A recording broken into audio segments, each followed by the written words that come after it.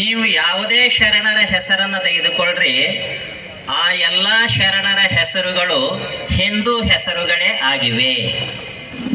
ಮಾತ್ರವಲ್ಲ, ಈ ಶಿವಶರಣರ ವಚನಗಳ ಅಂಕಿತ ಏನಿವೆಯೋ ಆ ಎಲ್ಲ ಅಂಕಿತಗಳಲ್ಲಿಯೂ ಹಿಂದೂ ಧರ್ಮದ ದೇವಾನುದೇವತೆಗಳ ಉಲ್ಲೇಖ ಇದೆ. ಆದ್ದರಿಂದ ಬಸವಾದಿ ಶಿವಶರಣರು ಹಿಂದೂ ಧರ್ಮಕ್ಕೆ ಹೊರತಾದವರು ಅಲ್ಲ. ಇನ್ನ ಲಿಂಗಾಯತ ಪ್ರತ್ಯೇಕ ಧರ್ಮ, ಇದು ಹಿಂದೂ ಧರ್ಮಕ್ಕೆ ಭಿನ್ನ, ನಾವು ಹಿಂದೂಗಳಲ್ಲ ಅನ್ನುವ ಒಂದು ವಿಚಾರ ಏನು ನಡೆದಿದೆಯೋ, ಈ ಸಂದರ್ಭದಲ್ಲಿ ಒಂದೆರಡು ವಿಚಾರಗಳನ್ನು ಮೆಲುಕು ಹಾಕಿಕೊಳ್ಳೋಣ. ಬಸವಣ್ಣನವರು ಲಿಂಗಾಯತ ಧರ್ಮದ ಸ್ಥಾಪಕರು ಅಂತ ಹೇಳ್ತೇವೆ. ಇಲ್ಲಿ ಏನಿದೆ ವಿಶೇಷತೆ? ಒಂದು ಕಾಯಕ ಸಿದ್ಧಾಂತ ಬಸವಣ್ಣನವರು ಕೊಟ್ಟ ಅಂತ ಹೇಳ್ತೇವೆ. ಬಸವಣ್ಣನವರಿಂದ ಮಾತ್ರ ಈ ಕಾಯಕ ಸಿದ್ಧಾಂತ ಆರಂಭವಾಯಿತಾ? 5,000 ವರ್ಷಗಳಿಂದ 50,000 ವರ್ಷಗಳಷ್ಟು ಅತ್ಯಂತ ಪ್ರಾಚೀನವಾಗಿರತಕ್ಕಂಥ ಹಿಂದೂ ಧರ್ಮದ ವೇದಗಳ ಮೂಲ ಸ್ರೋತಗಳು ಉಪನಿಷತ್ತುಗಳು. ಇಲ್ಲೇ ಇದೆ, ಕುರ್ವನ್ನೇವೇಹ ಕರ್ಮಾಣಿ ಜಿಜೀವಿಷೇಚ್ಛತಗಂ ಸಮಾಹ. 100 ವರ್ಷಗಳ ಕಾಲ ನಾವು ನಿರಂತರ ಕರ್ತವ್ಯ ಕರ್ಮಗಳನ್ನು ಮಾಡ್ತಾ ಬದುಕಬೇಕು. ಚೋದನಾ ಲಕ್ಷಣೋ ಧರ್ಮ. ಧರ್ಮದ ಲಕ್ಷಣ ಏನಂತ ಹೇಳಿದ್ದಾರೆ ಅಂದರೆ ಚೋದನಾ ಲಕ್ಷಣ, ನಿರಂತರವಾಗಿ ಕರ್ತವ್ಯ ಮಾಡ್ತಕ್ಕಂಥದ್ದೇ ನಿಜವಾದ ಧರ್ಮ ಅಂತ ವೈದಿಕ ಸಿದ್ಧಾಂತ ಹೇಳ್ತದೆ.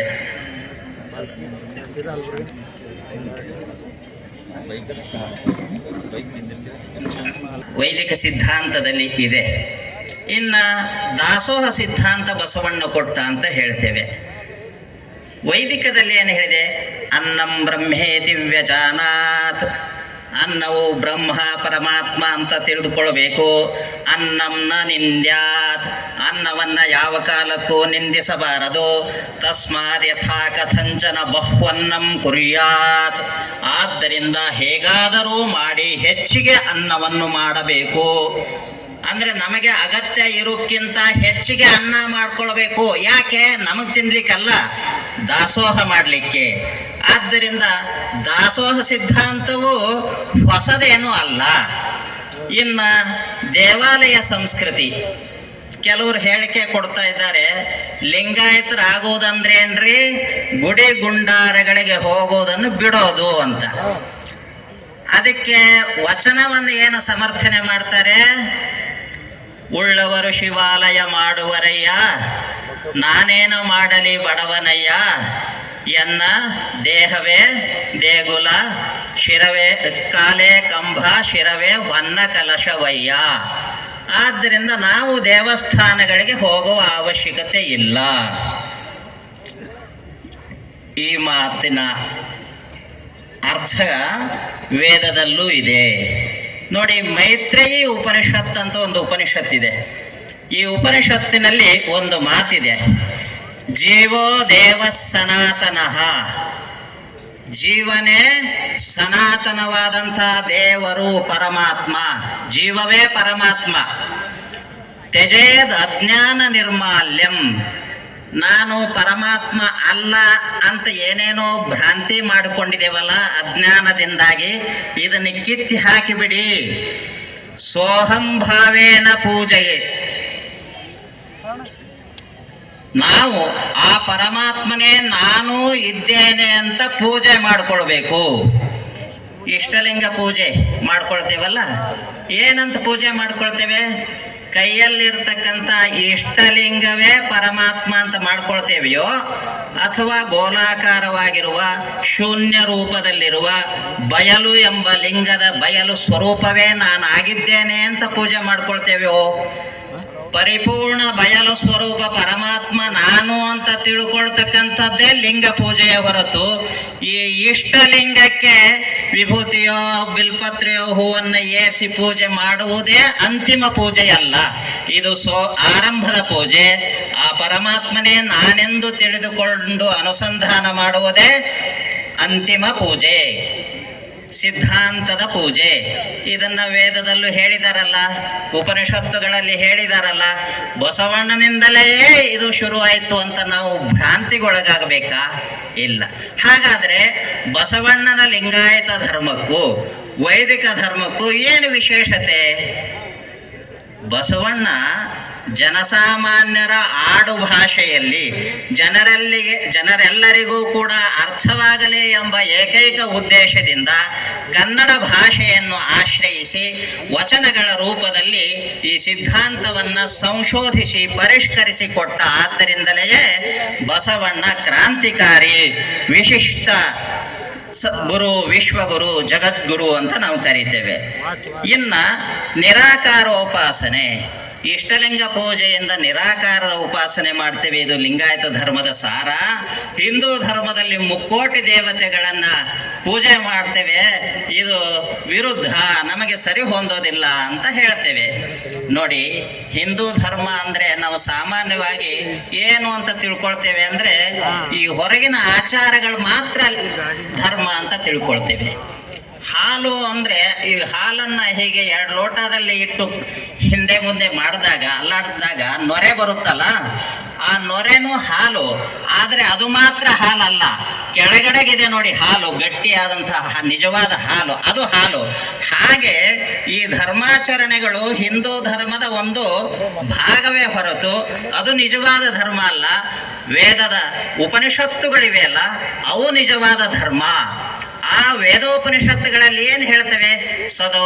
ಸದೇವ ಸೌಮ್ಯೇದಮಗ್ರ ಆಸೀತ್ ಏಕಮೇವ ಅದ್ವಿತೀಯಂ ಬ್ರಹ್ಮ ನೇಹ ನಾನಾಸ್ತಿ ಕಿಂಚನ.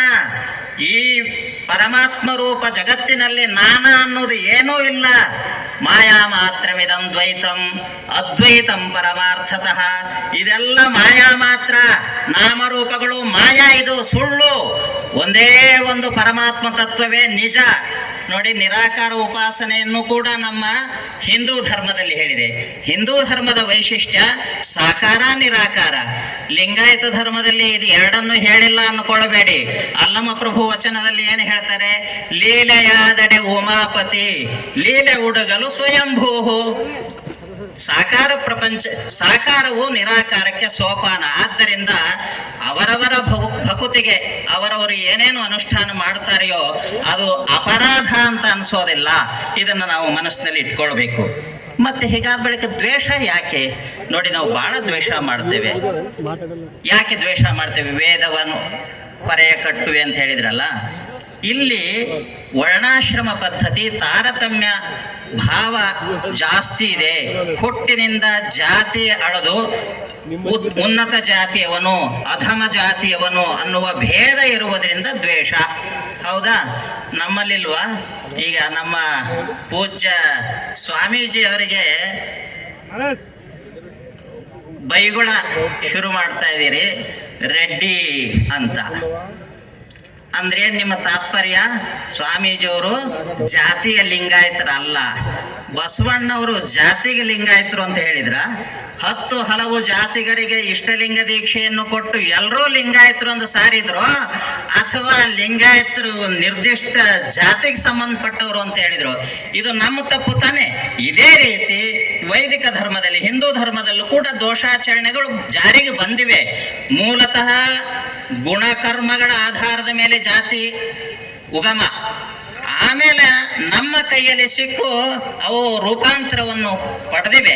ಆ ರೂಪಾಂತರ ಪಡೆದಿರತಕ್ಕಂಥ ಏನು ದೋಷಗಳಿವೆಯೋ ಅವುಗಳ ವಿರುದ್ಧ ಇಂಥ ಮಾತುಗಳೇ ಹೊರತು ಸಾರಾಸಗಟಾಗಿ ಹಿಂದೂ ಧರ್ಮವನ್ನ ಬಸವಣ್ಣ ವಿರೋಧ ಮಾಡಿದ ಅಂತಕ್ಕಂಥ ಅಭಿಪ್ರಾಯವಲ್ಲ.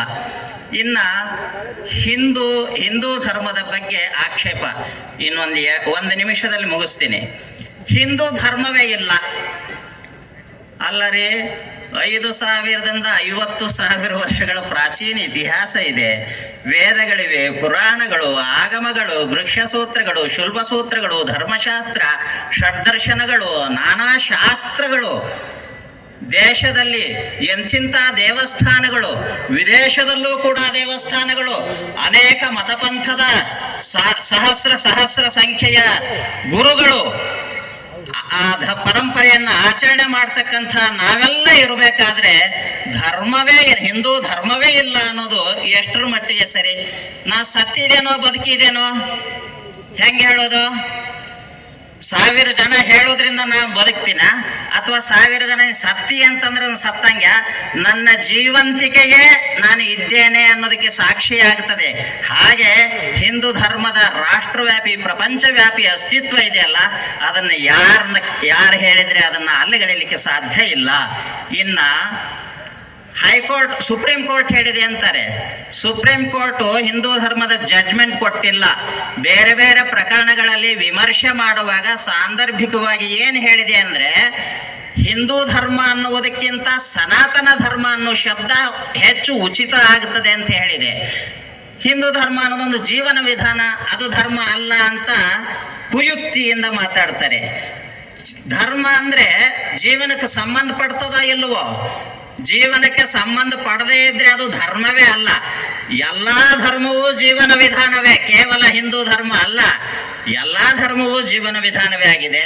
ಇನ್ನೊಂದು ಮಾತು ಬಳಕೆಯಲ್ಲಿದೆ, ಧರ್ಮ ಅಂದ್ರೆ ಒಬ್ಬ ಸಂಸ್ಥಾಪಕ ಇರಬೇಕು, ಒಬ್ಬ ಗುರು ಇರಬೇಕು, ಒಂದು ಗ್ರಂಥ ಇರಬೇಕು, ಒಂದು ಮಂತ್ರ ಇರಬೇಕು, ಒಂದು ದೇವರು ಇರಬೇಕು. ಈ ಲಕ್ಷಣ ಯಾರು ಮಾಡಿದ್ದು? ಈ ರೀತಿಯ ಧರ್ಮಗಳು ಬಂದ ನಂತರ, ಅಂದ್ರೆ ಅಲ್ಲಿಗಿಂತ ಮೊದಲು ಧರ್ಮಗಳೇ ಇರಲಿಲ್ವಾ? ಇದು ಲಕ್ಷಣ ಅಲ್ವೇ ಅಲ್ಲ. ಧರ್ಮ ಅಂದ್ರೆ ಏನು? ಧರತಿ ಇತಿ ಧರ್ಮ. ಮತ್ತೊಬ್ಬರಿಗೆ ಸಹಕಾರ ಮಾಡ್ತಕ್ಕಂಥದ್ದು, ಉಪಕಾರ ಮಾಡ್ತಕ್ಕಂಥದ್ದು. ದಯೆ, ಸತ್ಯ, ಅಹಿಂಸೆ, ಆಸ್ಥೇಯ, ಇವೆಲ್ಲ ದಯವಿಲ್ಲದ ಧರ್ಮ, ಇದೆಲ್ಲ ಧರ್ಮವೇ. ಈ ಅಂಶ ಯಾರ್ಯಾರು ಹೇಳ್ತಾರೋ ಅವರೆಲ್ಲ ಧರ್ಮಗುರುಗಳು. ಹಿಂದೂ ಧರ್ಮ, ಸಿಖ್ ಧರ್ಮ, ಬೌದ್ಧ ಧರ್ಮ, ಲಿಂಗಾಯತವೂ ಧರ್ಮವೇ, ಚಕಾರ ಇಲ್ಲ. ಆದರೆ ಲಿಂಗಾಯತ ಧರ್ಮ ಅಂತ ಮಾತ್ರಕ್ಕೆ ಹಿಂದೂ ಧರ್ಮವನ್ನ ವಿರೋಧ ಮಾಡುವ ಅಗತ್ಯ ಇಲ್ಲ. ಇನ್ನು ಇದು ಯಾತಕ್ಕೆ ಹೊಂಟಿದೆ ಅಂದ್ರೆ, ಮೀಸಲಾತಿ ಪಡೆಯುವ ಉದ್ದೇಶಕ್ಕೆ ಹೊರಟಿದೆ. ಆದ್ರೆ ಮೀಸಲಾತಿ, ಹುಟ್ಟಿನ ಮೀಸಲಾತಿ ಪರಿಹಾರವನ್ನು ಕೊಡೋದಿಲ್ಲ. ಅರ್ಹತೆಯ ಮೀಸಲಾತಿ ಮಾತ್ರ ಪರಿಹಾರ ಕೊಡುತ್ತದೆ. ಆದ್ದರಿಂದ ನಾವು ಧರ್ಮಗುರುಗಳು ಅಂತಕ್ಕಂಥವ್ರು, ಧರ್ಮದ ವಾರಸದಾರರು ಅನಿಸ್ಕೊಳ್ತಕ್ಕಂಥವ್ರು, ಅರ್ಹತೆಯ ಆಧಾರದ ಮೇಲೆ ಮೀಸಲಾತಿಯ ಜಾರಿಗೆ ಆಗ್ರಹಿಸಬೇಕೇ ಹೊರತು ಹುಟ್ಟಿನ ಜಾತಿಯ ಆಧಾರದ ಮೇಲೆ ಮೀಸಲಾತಿಯನ್ನ ಪಡಿತಕ್ಕಂಥ ಅಪೇಕ್ಷೆಯನ್ನ ಕೈಬಿಡಬೇಕು. ಸಮಯ ಹೆಚ್ಚಾಗಿದೆ. ನಮಸ್ಕಾರ.